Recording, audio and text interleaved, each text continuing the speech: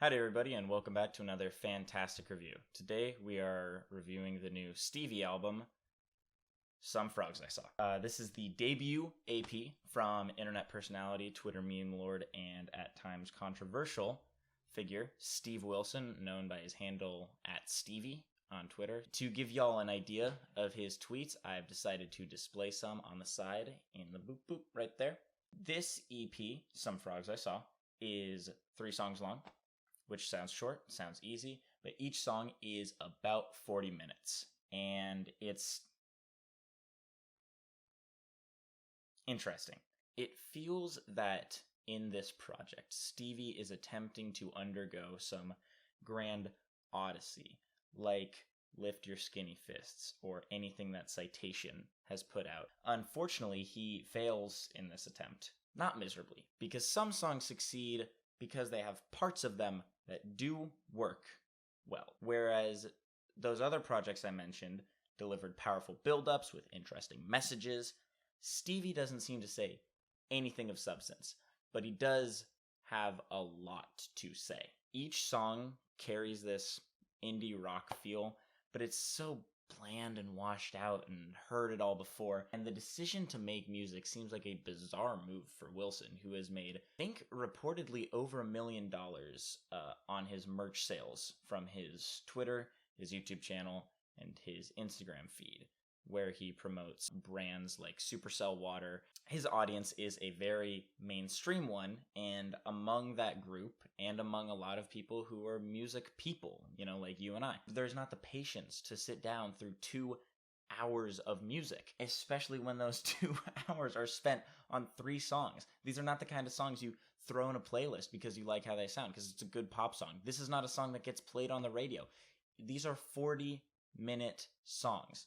40 minutes. And I don't blame people who don't want to listen to this whole album. While I enjoy, my ambient rap and my industrial wave, I don't have the time to sit down and listen to 2 hours like this. I have to care about the artist musically. This has to be established, or people like me have to say that they appreciate it. People who I know share my music taste have to say, I like this album.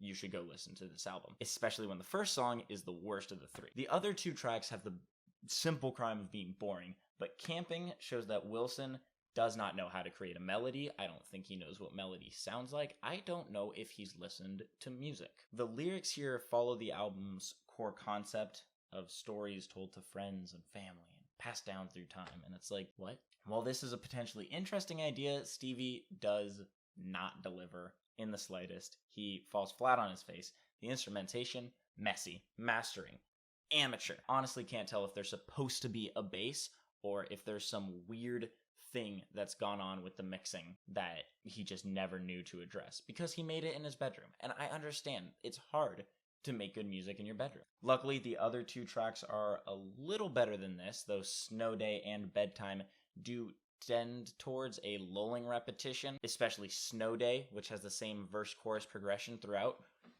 for 40 minutes. And that's probably why I think they're both better songs, because they play it safer. There are no risks taken on these 2 songs, which is a shame, because the risks he does take work out 1 in 5 times. And the biggest problem Stevie has is that he clearly has good ideas, but just has no idea how to execute them.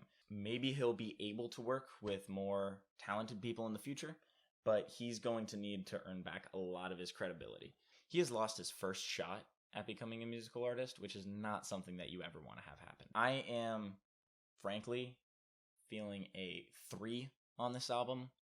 I was originally thinking a 4, but now that I've had to reshoot this entire review, because my camera died, I am going to pop a 3 on it.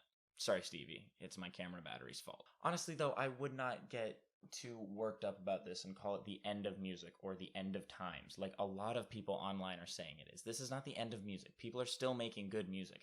Just because one dude with a big following made music you don't like, that doesn't mean that music is dying. It's refreshing. It's nice to see people with this kind of mainstream appeal make these experimental tracks. I like when people are talking and listening to and thinking about experimental music. So it's a win in that sense. It is an L, big L. Boom. in the sense of being music. Even though Stevie failed this time around, I hope that he learns from his mistakes and comes back bigger and better to make more music, because I do think he's got something in him that could work. I'm really excited to see where it goes. So what do you think? Is Stevie pushing music in an interesting new direction with his mainstream appeal, or is he killing music and destroying everyone with his horrible melodies? I'd like you guys to tell me. Let me know down in the comments below or above. That'd be something, huh? Comments above the video. Anyway, thank y'all so much for watching. I will see you next time.